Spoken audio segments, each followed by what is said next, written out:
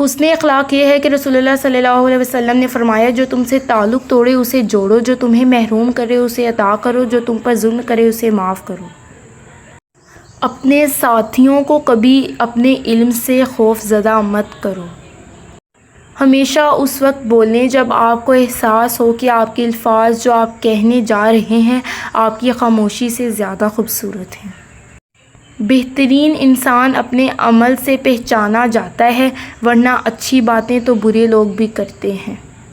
زندگی میں کی گئی غلطیاں آپ کو سوچنا، بولنا اور سمجھنا سکھا دیتی ہیں۔ اے انسان تو کتنا خوش قسمت ہے، قرآن پاک میں اللہ تم سے بات کرتا ہے۔ سب راستے بند ہو سکتے ہیں مگر رب کی رحمت کا راستہ کبھی بند نہیں ہو سکتا۔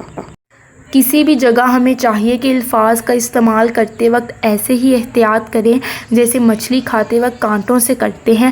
کانٹے تو پھر بھی جسم کو تکلیف دیتے ہیں لیکن الفاظ دلوں کو چیر دیتے ہیں۔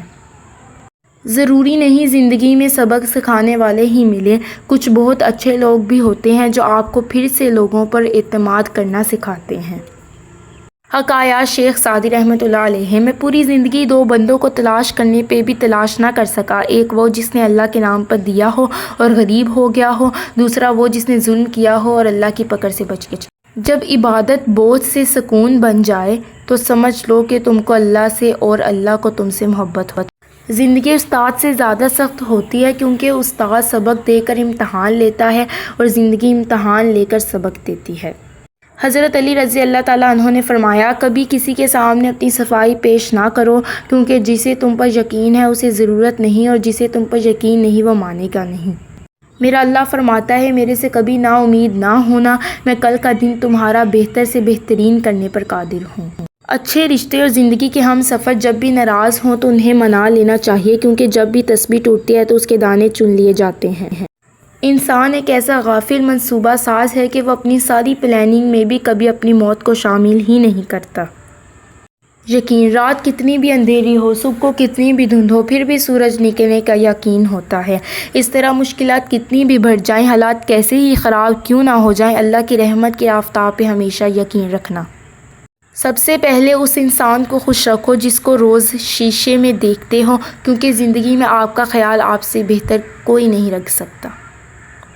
آپ کے وہ الفاظ تحفہ ہیں جو دوسروں کو آگے بڑھنے کا حوصلہ دیتے ہیں۔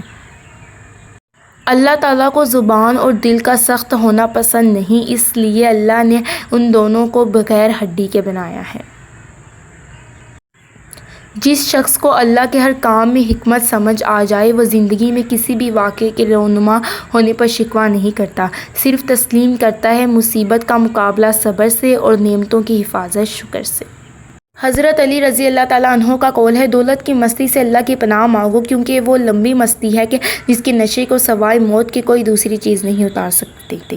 حضرت علی رضی اللہ تعالیٰ عنہ نے فرمایا جب اللہ کسی بندے کے ساتھ بھلائی کا ارادہ کرتا ہے تو اسے کم بولنے، کم کھانے اور کم سونے کی ترغیب دیتا ہے۔ حدیث مبارک ان حضور صلی اللہ علیہ وسلم۔ آدمیوں میں سب سے برے قیامت کے دن وہ لوگ ہوں گے جو دو رخے میں اور کبھی کچھ کہتے ہیں اور کبھی کچھ کہتے ہیں۔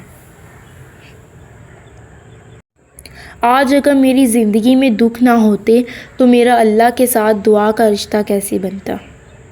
پردہ یہ نہیں کہ بس خود کو چھپا کر رکھو، پردہ یہ ہے کہ غریب کے سامنے دولت کی، بھوکے کے سامنے کھانے کی، مسافر کے سامنے گھر کی، یتیم کے سامنے والدین کی نمائش نہ کرو۔ پردہ یہ بھی ہے کہ لوگوں کا بھرم رکھو، ان کی کمزوری کسی پر عیاں نہ ہونے دو اور کسی کی ذاتی زندگی پر نظر نہ ڈالو۔ جب دل و دماغ دنیا میں الجھ جائے تو بے سکونی انسان کا مقدر بن جاتی ہے۔ خود کو سلجھانے میں وقت گزارا کریں کیونکہ یہی انسان کا سرمایہ اور معاشرے کا حسن ہے۔ جب انسان مر جاتا ہے تو اس کے اعمال ختم ہو جاتے ہیں سوائے تین چیزوں کے: صدقہ جاریہ، وہ علم جو نفع بخش ہو، یا نیک اولاد جو اس کے لیے دعا کرے۔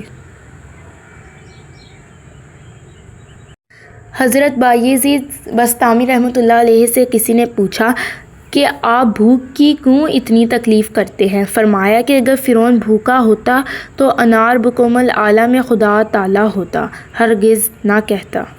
حضرت عمر رضی اللہ تعالیٰ عنہ، ایک عورت رات کے وقت اکیلی جا رہی تھی۔ حضرت عمر رضی اللہ تعالیٰ عنہ نے بھیس بدل کر پوچھا کہ رات کے وقت اکیلی جا رہی ہو، آپ کو ڈر نہیں لگ رہا؟ عورت کہنے لگی یا تو عمر کا انتقال ہو گیا یا آپ خود عمر ہو، ورنہ عمر کے ہوتے ہوئے کسی میں اتنی جرأت نہیں کہ وہ رات چلتی عورت سے سوال کر سکے۔ دنیا کے وہ واحد لیڈر جنہوں نے 63 سال عمر پائی اور زندگی میں کبھی جھوٹ نہیں بولا، بے شک وہ ہمارے پیارے نبی محمد صلی اللہ علیہ وسلم ہیں۔